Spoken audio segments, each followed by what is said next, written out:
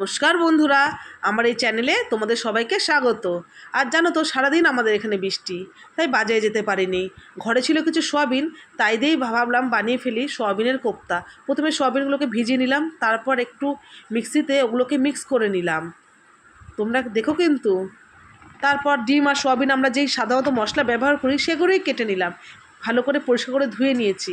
এবার মশলাগুলোকে ভালো করে মিক্সারে মিক্স করে নিলাম। ভালো লাগলে অবশ্যই কিন্তু করে খাবে। আর আমার এই চ্যানেলটাকে লাইক, কমেন্ট, শেয়ার অবশ্যই করো।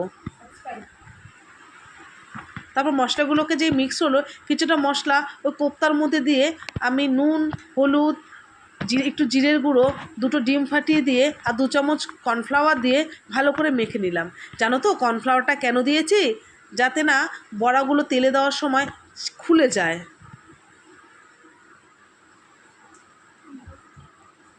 এরপর মশলাগুলোকে একসাথে নিয়ে মেখে নিলাম।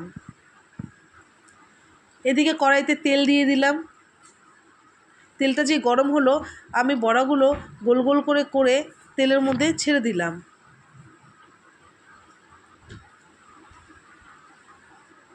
আমার এই বড়াগুলো দেখো কি সুন্দর ভাজা হয়েছে। তোমরা এক একটা কিন্তু এই ভাজা টেস্ট করতে পারো খেয়ে। তারপর ওই বেঁচে যাওয়া তেলের মধ্যে একটু জিরে আর তেজপাতা দিয়ে একটু গরম করে নিলাম। তারপরে ভালো পরিষ্কার করে ধুয়ে রাখা আলুগুলোকে সেই তেলের মধ্যে ছেড়ে দিলাম। কিছুটা আলু ভাজার পরে পেঁয়াজগুলোকে দিয়ে নিলাম। আর কিছু টমেটো ছিল কাটা, ওই টমেটোগুলোকেও আমি ঢেলে দিলাম।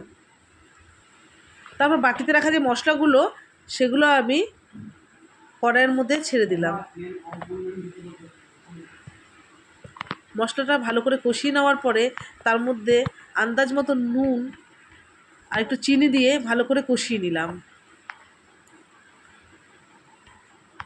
কষানোর পর আমি পরিমাণ মতন জল ঢেলে দিলাম।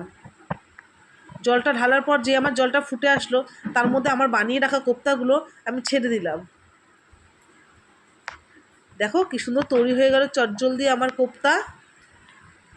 তোমরাও একদিন বানিয়ে ফেলো বন্ধুরা। নামানোর আগে আমি একটু গরম মশলা আর ঘি দিয়ে নামালাম।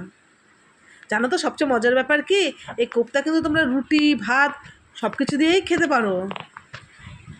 একদিন বানিয়ে দেখো কিন্তু বন্ধুরা। আর ভালো লাগলে লাইক, কমেন্ট, শেয়ার অবশ্যই করো।